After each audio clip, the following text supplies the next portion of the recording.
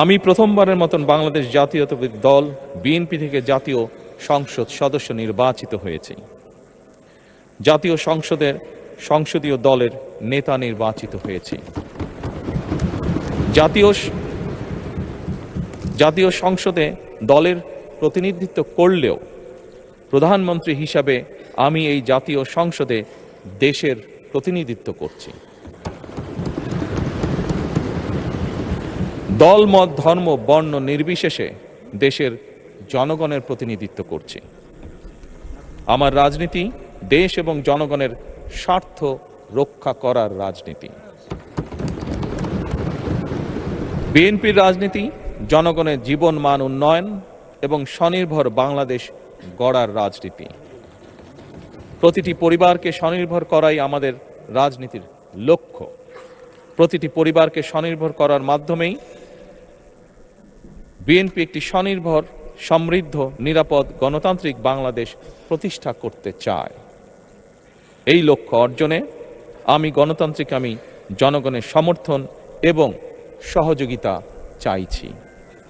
এই মহান জাতীয় সংসদে সকল দলের নির্বাচিত প্রতিজন সংসদ সদস্যের সমর্থন এবং সহযোগিতা আশা করছি।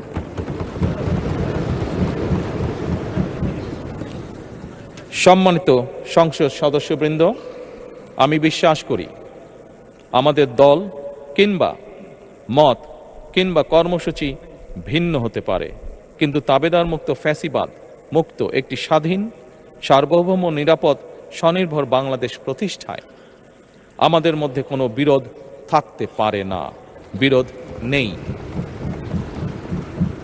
জাতীয় সংসদকে জাতীয় কর্মকাণ্ডের কেন্দ্রবিন্দু না করে বিতাড়িত ফ্যাসিস্ট সরকার জাতীয় সংসদকে অকার্যকর করে ফেলেছিল।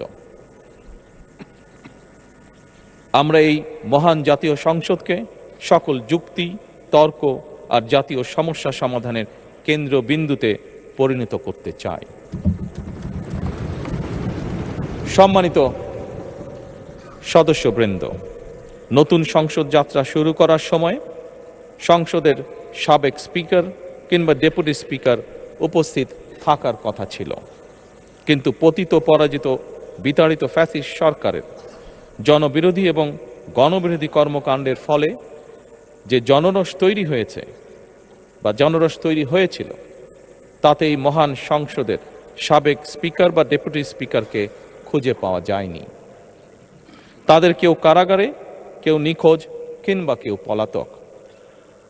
দীর্ঘ ১.৫ দশকের ফ্যাসিবাদী এবং তাবেদারি শাসন শোষণের পর জনগণের ভোটে নির্বাচিত প্রতিনিধিদের নিয়ে আজ আমাদের এক বিশেষ পরিস্থিতিতে জাতীয় সংসদের কার্যক্রম শুরু হতে যাচ্ছে।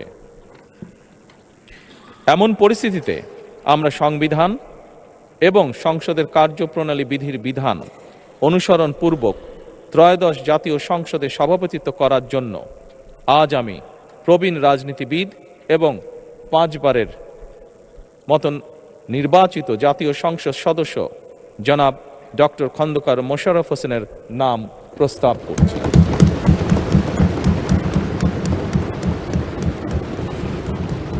সম্মানিত সংসদ সদস্যবৃন্দ, আমাদের সংসদীয় রীতিনীতির ইতিহাসে এই ধরনের পরিপ্রেক্ষিত নজিরবিহীন নয়। 1973 সালে তৎকালীন প্রধানমন্ত্রী মরহুম শেখ মুজিবুর রহমান ওই সংসদের সদস্য মাওলানা আব্দুর রশিদ তর্কবাধীশের নাম প্রস্তাব করেছিলেন এবং তার সভাপতিত্বে বাংলাদেশের প্রথম সংসদের প্রথম অধিবেশন শুরু হয়েছিল। আমি জাতীয় সংসদের সকল সম্মানিত সদস্যকে স্বাগত এবং ধন্যবাদ জানাই। আল্লাহ হাফেজ।